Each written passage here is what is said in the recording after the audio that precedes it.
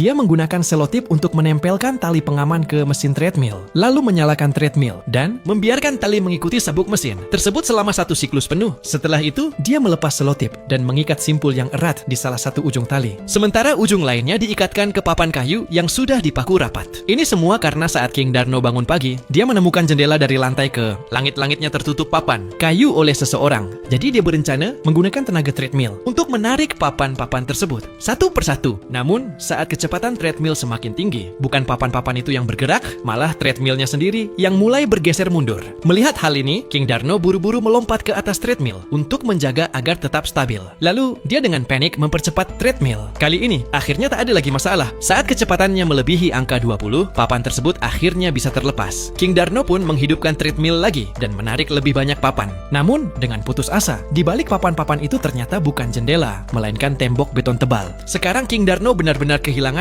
harapan untuk melarikan diri karena pintu juga telah dikunci oleh orang misterius itu. Bahkan setelah dia menghancurkan kunci pintu dengan tongkat golf, pintu tetap tidak bisa terbuka. Setelah sedikit menenangkan diri, King Darno mengambil pengering rambut yang tadi dia lempar ke tempat sampah, lalu mencari gantungan baju dan mengeluarkan bagian logamnya. Dia memanaskan logam itu dengan pengering rambut. Begitu kawat itu berwarna merah, dia menyelipkannya ke dalam pintu kayu.